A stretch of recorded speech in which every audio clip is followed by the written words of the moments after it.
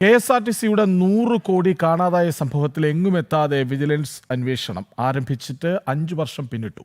ഇതുവരെയും റിപ്പോർട്ട് സമർപ്പിക്കാൻ ആയിട്ടില്ല. എന്നാൽ ഫണ്ട് കാണാതായ വിഷയത്തിൽ തുടർ നടപടികളെക്കുറിച്ച് അറിയില്ലെന്നാണ് KSRTCയുടെ വിചിത്ര മറുപടി. വിവരങ്ങളുമായി പ്രശാന്ത് ശങ്കരമംഗലത്ത് ഒപ്പം ചേരുന്നുണ്ട്. പ്രശാന്ത്, ഒന്നും രണ്ടുമല്ല, 100 കോടി രൂപ കാണാനില്ല. 5 വർഷം അന്വേഷിച്ചിട്ടും എവിടെ പോയെന്ന് കണ്ടെത്താനാകുന്നില്ല.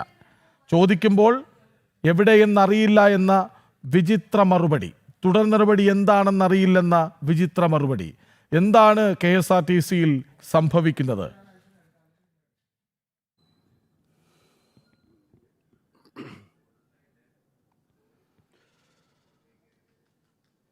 കൃഷ്ണരാജ്, വിജിലൻസിന്റെ അന്വേഷണം ആരംഭിച്ച് 5 വർഷം പിന്നിടുന്നു. 5 വർഷം പിന്നിടുമ്പോഴും ഈ കേസുമായി ബന്ധപ്പെട്ട് കുറ്റക്കാരെ കണ്ടെത്താൻ വിജിലൻസിന് സാധിക്കുന്നില്ല എന്ന് മാത്രമല്ല, ഇത്രയും ഈ കോടികൾ തട്ടിയെടുത്തവർ ഇപ്പോഴും സർവീസിലുണ്ട് എന്നതാണ് ഏറ്റവും ദൗർഭാഗ്യകരമായി തുടരുന്നത്. അതായത് മുൻ CMD ബിജു പ്രഭാകരൻ്റെ കാലത്താണ് ഇത്തരത്തിൽ ഒരു കോടികളുടെ ഉണ്ടായിട്ടുണ്ട്. അല്ലെങ്കിൽ 100 കോടി 75 ലക്ഷം രൂപ കാണാനില്ല എന്നൊരു വെളിപ്പെടുത്തൽ അദ്ദേഹം നടത്തുന്നത്, ബിജു പ്രഭാകരൻ നടത്തുന്നത്. തുടർന്ന് ഇതിനെ ഒരു അന്വേഷണം നടത്തുകയും ചെയ്തു. കൃത്യമല്ലാത്ത അക്കൗണ്ടുകൾ, അതോടൊപ്പം തന്നെ ട്രാൻസാക്ഷൻ രേഖകളടക്കം രേഖകളില്ലാത്ത ട്രഷറി ഇടപാടുകൾ എന്നിവയുണ്ടായിരുന്നു. അങ്ങനെ എന്നിവകളിലൂടെയെല്ലാമാണ് ഈ പണം നഷ്ടമായതെന്നൊരു കണ്ടെത്തലുണ്ടായിരുന്നു. ഈ കണ്ടെത്തലിൻ്റെ പശ്ചാത്തലത്തിൽ ഒരു ആഭ്യന്തര അന്വേഷണം CMDയുടെ ഭാഗത്തുനിന്ന്, അതായത് KSRTCയുടെ ഭാഗത്തുനിന്നൊരു ആഭ്യന്തര അന്വേഷണം നടന്നിരുന്നു. അതോടൊപ്പം തന്നെ ധനവകുപ്പിൻ്റെ അഡീഷണൽ സെക്രട്ടറിയുടെ നേതൃത്വത്തിലും ഒരു അന്വേഷണം നടന്നിരുന്നു. ഈ 2 അന്വേഷണത്തിലും ഈ 100 കോടി രൂപ കാണാതായി എന്ന് പറയുന്നത്, അത് ആ 100 കോടി രൂപ കാണാതായി എന്നതിന് തെളിവ് ഉണ്ടാകുന്നൊരു സാഹചര്യം ഉണ്ടാകുന്നു. അത് വ്യക്തമാകുകയും ചെയ്തു. എന്നാൽ തുടർന്ന് അങ്ങോട്ട് 2021 മുഖ്യമന്ത്രിയുടെ നേതൃത്വത്തിൽ ഒരു വിജിലൻസിൻ്റെ കൊണ്ടൊരു അന്വേഷണം നടത്താൻ തീരുമാനിച്ചിരുന്നു.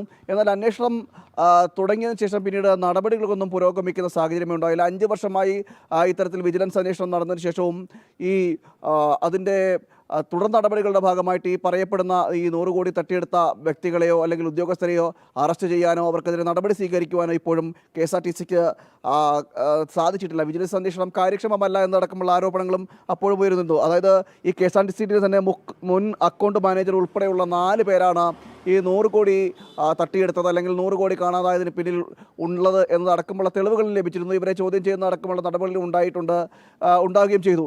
എന്നാൽ ഒരു സ്ഥലം മാറ്റം കൊണ്ടോ അല്ലെങ്കിൽ മറ്റു താക്കീതുകൾ കൊണ്ടോ ഒഴിവാക്കുന്നതല്ലാതെ ഉദ്യോഗസ്ഥർക്കെതിരെ യാതൊരുവിധ നടപടികളും അതായത് KSRTCയോ അല്ലെങ്കിൽ സംസ്ഥാന സർക്കാരിൻ്റെ ഭാഗത്തു നിന്നോ സ്വീകരിച്ചിട്ടില്ല എന്ന് വേണം നമുക്ക് മനസ്സിലാക്കേണ്ടിയിരിക്കുന്നത്. വലിയ ഗൗരവത്തോടെ കാണേണ്ട ഒരു വിഷയമാണ് ഇത്. കാരണം 100 കോടി 75 ലക്ഷം രൂപയാണ് ഇത്തരത്തിൽ കണക്കിൽപ്പെടാതെ കാണാതാകുന്നൊരു സാഹചര്യം ഉണ്ടായത്. നമുക്കറിയാം, കഴിഞ്ഞ ആന്റണി ഗതാഗത മന്ത്രിയായിരിക്കുന്ന ഒരു കാലത്താണ് ഇത് സംഭവിക്കുന്നത് എന്നതുകൂടിയുണ്ട്. കാരണം ആ സമയത്തെല്ലാം വലിയ രീതിയിൽ പ്രതിഷേധങ്ങൾ ഉണ്ടാകുന്ന സാഹചര്യം ഉണ്ടായിരുന്നു. KSRTCയിലെ സാമ്പത്തിക പ്രതിസന്ധി, ജീവനക്കാർക്ക് ശമ്പളം കിട്ടുന്നില്ല, 2 മാസം കൂടുമ്പോഴാണ് ശമ്പളം കിട്ടുന്നത്, ഇങ്ങനെ അടക്കമുള്ള കാര്യങ്ങൾ പറഞ്ഞുകൊണ്ട് KSRTCയിൽ വലിയ രീതിയിലുള്ള പ്രതിഷേധങ്ങൾ നടക്കുന്ന ഒരു കാലമാണ് ഈ സമയത്തെന്ന് പറയുന്നത്, 2021 കാലം എന്ന് പറയുന്നത്. ആ സമയത്താണ് ഇത്തരത്തിൽ വലിയ സാമ്പത്തിക പ്രതിസന്ധി നേരിടുമ്പോഴാണ് KSRTCയിൽ നിന്ന് 100 കോടി രൂപയ്ക്കടുത്ത് 100 കോടി 75 ലക്ഷത്തിനടുത്ത് ഇത്തരത്തിൽ കാണാതാകുന്നൊരു സാഹചര്യം ഉണ്ടാകുന്നത്. വളരെ ഗൗരവത്തോടു കൂടി കാണേണ്ട ഒരു വിഷയം. ആ ഗൗരവം സർക്കാരോ അല്ലെങ്കിൽ ഈ KSRTC മാനേജ്മെൻറ്റോ കാണിച്ചില്ല എന്ന് ഇവിടെ ഇപ്പോൾ മനസ്സിലാക്കേണ്ടിയിരിക്കുന്നത്. വിജിലൻസ് അന്വേഷണവും എങ്ങും എത്താതെ പോകുന്നൊരു സാഹചര്യം ഉണ്ടാകുന്നു. ഇതിന് പിന്നിൽ പ്രവർത്തിച്ചവരെ സംരക്ഷിക്കുന്ന നിലപാടാണ് സ്വീകരിക്കുന്നത് എന്നതാണ് ഇപ്പോൾ ഏറ്റവും ആക്ഷേപമായിട്ട് ഉയരുന്നത് എന്നാണ് നമുക്ക് മനസ്സിലാക്കാൻ കഴിയുന്നത്. കുറ്റക്കാർക്കെതിരെ ശിക്ഷ നടപടികൾ സ്വീകരിക്കാതെ അവരെ സംരക്ഷിക്കുന്ന ഒരു നിലപാടിലേക്ക് സംസ്ഥാനത്തെ ഈ സർക്കാരും അതോടൊപ്പം തന്നെ KSRTC മാനേജ്മെൻറ്റും കടക്കുന്നു എന്നതും എടുത്തു പറയേണ്ടിയിരിക്കുന്നു. എന്തായാലും ഈ 100 കോടി കാണാതായതുമെന്ന് ആ വിഷയത്തിൽ വിജിലൻസ് അന്വേഷണം നടന്നെങ്കിൽ പോലും പിന്നീട് എങ്ങോട്ടും അന്വേഷണം എത്തുന്നില്ല എന്നതാണ് ഏറ്റവും ഇതിൽ എടുത്തു പറയേണ്ട ഒരു കാര്യം ചെയ്തത്. ഏതായാലും KSRTCയെ തകർക്കുന്ന നിലപാടുകൾ പലയിടങ്ങളിൽ നിന്നുണ്ടാകുന്നു എന്നതടക്കമുള്ള ആക്ഷേപങ്ങൾ നേരത്തെ തന്നെ ഉയർന്നിരുന്നു.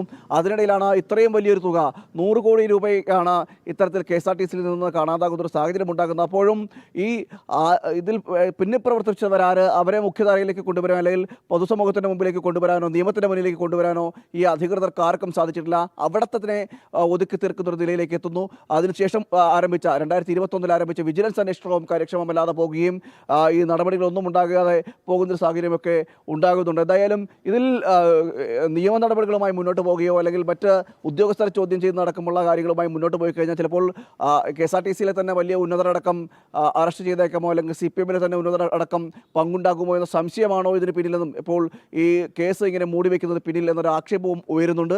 എന്തായാലും വളരെ ഗൗരവത്തോടെ കാണേണ്ട ഒരു വിഷയമാണ് KSRTCയിൽ നിന്നും 100 കോടി രൂപ കാണാതായി അതിൻ്റെ അന്വേഷണം എങ്ങും എത്തുന്നില്ല എന്നത്. കൃഷ്ണരാജ്. ശരിയാണ്, 100 കോടി രൂപയാണ്. ആദ്യം കട്ടപ്പുറത്തായിരുന്നു, പിന്നെ കഷ്ടപ്പുറത്തായി.